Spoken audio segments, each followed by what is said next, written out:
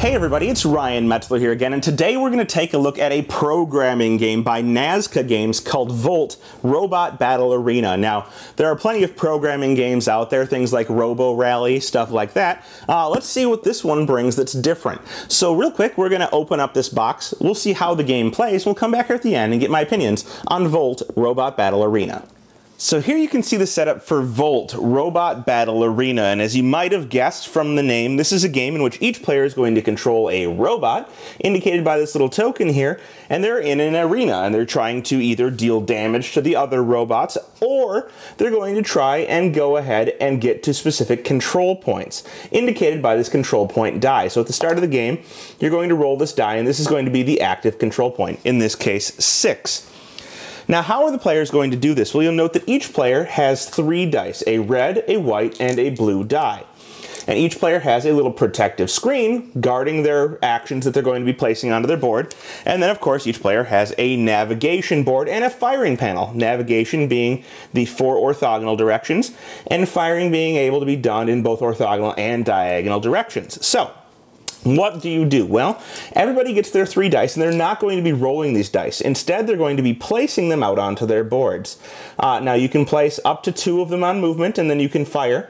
And you can kind of do this however you would like, but no more than 2 of them may be on movement. The order they're going to activate it is red, then white, then blue. And actually, it's going to be lowest number to highest number. So everybody will activate their red die first, with 1 reds activating before 2 reds, 2 before 3, 3 before 4, and onward and upwards. Then all of the white dice will activate. 1s first, then 2s, then 3s. So each player will activate their die, and then all of the blue dice will activate. So perhaps the red player decides to move forward. They would be moving forward 2, which would go after anybody who decided to move forward 1. Then, once we activated the white dice, they would shoot with a power of 3 straight forward. So they'd be shooting in the direction that they're facing at this point. Now, note that this orientation is always the orientation in perspective to the board. So this will always be forward, this will always be forward, no matter which direction your robot is facing. Facing is not important.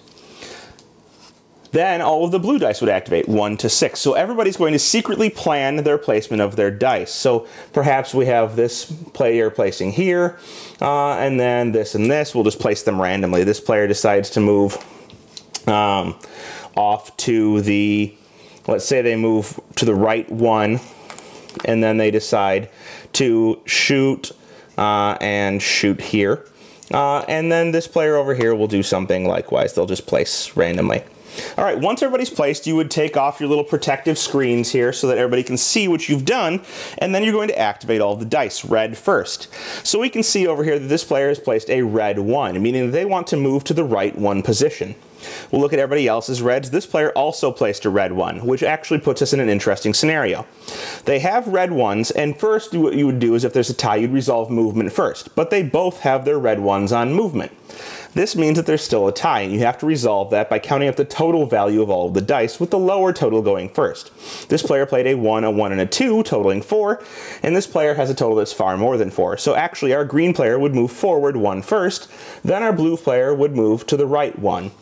Then we have a 2 over here, moving this player forward 2.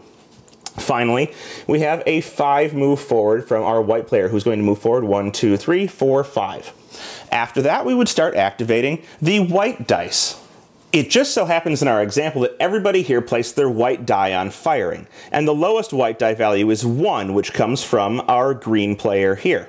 The green player is going to be firing straight forward, and when they're firing, it's not a power of their fire based on the number, so they placed a 1. They're not firing at a distance of 1, but rather that's the power, I guess I should say. It is the power of what they're using to fire. So they're firing at a value of 1. Firing at a value of 1 will hit whatever is the first thing straight in front of them, since that's the direction they fired. And they're going to hit the white player right here. If there was another player directly behind them, they would not hit that player, as the white player would stop the firing and hit just that first thing. So the player is then hit and takes 1 damage.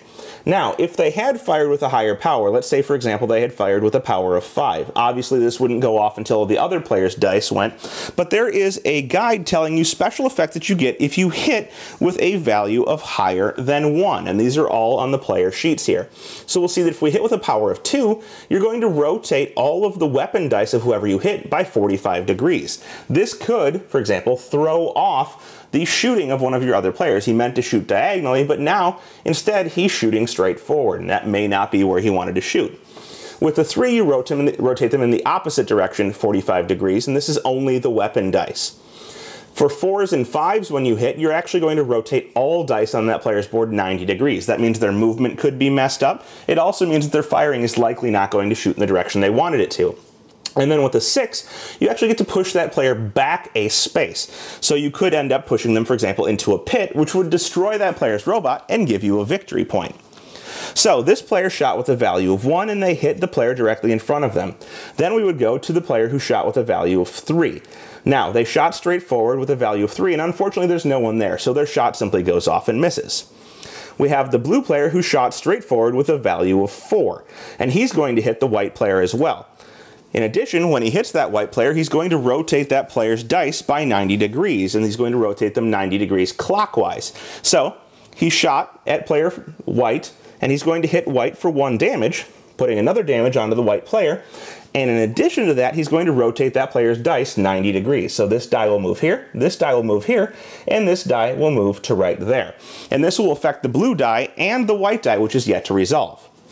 Then our final player will resolve his white die, and he's shooting diagonally now, which will hit nothing, unfortunately. He would have hit nothing anyway, but now he's shooting in this direction and hitting nothing.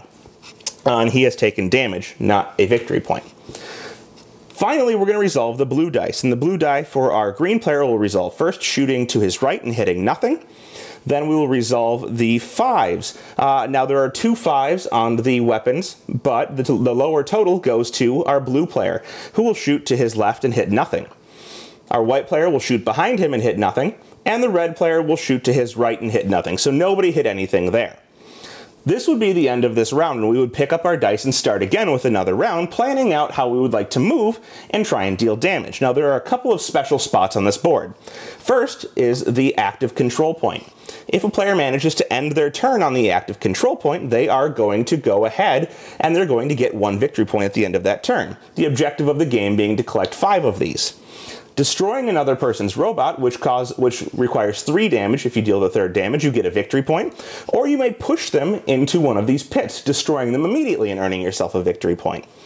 In addition, you'll see that there's this little repair spot here.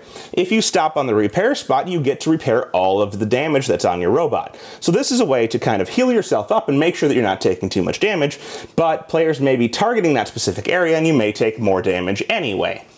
So those are the basics of Volt Robot Battle Arena. It's a simple programming game using the dice, trying to figure out how to best program the order of your movements and firing in order to deal damage and access those control points in order to get victory points. But there is additional kind of depth to it if you decide to play the advanced variants.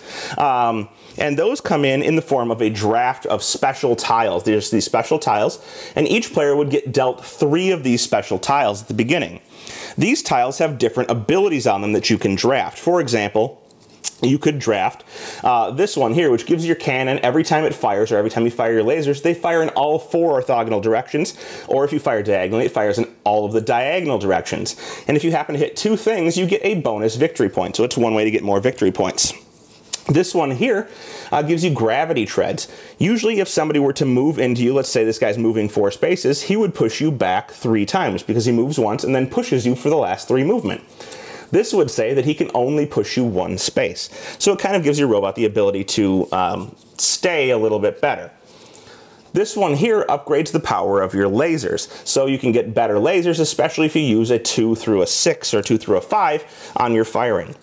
You could get grenades, which will allow you to put a grenade token underneath one of your dice that you're using for firing, launching it in a direction which will deal damage to whatever space it lands on and every space adjacent to that. Or you can get a portal, which will allow you to fire a portal in a specific direction, and if you hit something, switch spaces with whatever you're hitting. So you're going to draft 3 of these. There are many, many more. There's a buzzsaw that you can deal damage by running into people, all types of things. But you'll draft 3 and then use 1 in a game. And you'll play that game through to whoever wins. And if the player wins, they have to not use that ability for their next game. And you're going to play until somebody wins 2 games consecutively, or not consecutively, but 2 games total. Alternatively, you can use all 3 of your abilities to play the game, and if you win, deactivate one of your abilities, giving you less ability than everybody else, who now has an advantage over you in the next game, and the first player to 2 games wins.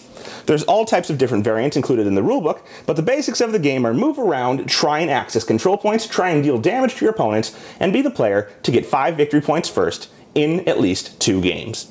That will make you the winner of Volt Robot Battle Arena.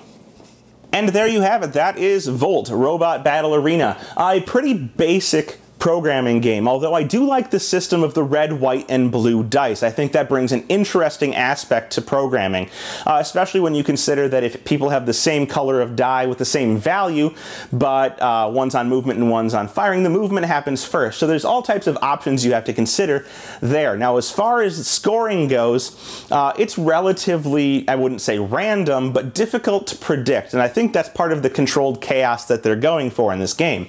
It's not really my favorite style of game, so you have to take what I'm saying here with a grain of salt. I wouldn't call myself a big fan of pre-programmed style games, with maybe the exception of Dungeon Lords or something like that, but things where it's kind of chaotically moving around the board, hoping that I can outmaneuver my opponents, fire on them, and plan in order to score points that way, it's not really my type of thing.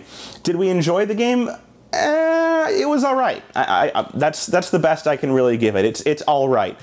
It plays quickly. You're running around, hopefully landing on those points, getting the control point, moving the control point somewhere else, and all at the same time trying to blast your opponents out of the arena.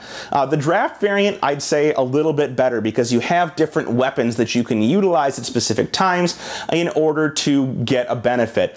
Sometimes it's fun to have a blade on front of you so you can just ram into people and deal damage. Other times it's really cool to be able to fire in all 4 directions. And that will give you an advantage in certain combat. If you draft a better ability than somebody else, you'll win.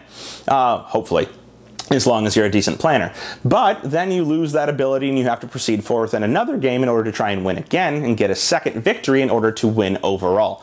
So there's some strategy there that I think is interesting, and you can also play teams and all types of stuff. A lot of different options to play in the game. Again, still not my favorite concept, but one that I think people who are fans of programming and fans of lighter, quicker, and more chaotic games will enjoy. So if that sounds good to you, check it out. That is Volt Robot Battle Arena from Nazca Games. Thanks so much for watching the Dice Tower videos. Find more great videos and reviews as well as our top-rated audio podcast at Dicetower.com. You can also find other great shows at Dicetowernetwork.com. I'm Eric Summerer, and you've been watching The Dice Tower. The Dice Tower is sponsored by Cool Stuff Inc., where you can find great games for great prices. Cool stuff in stock. Check them out at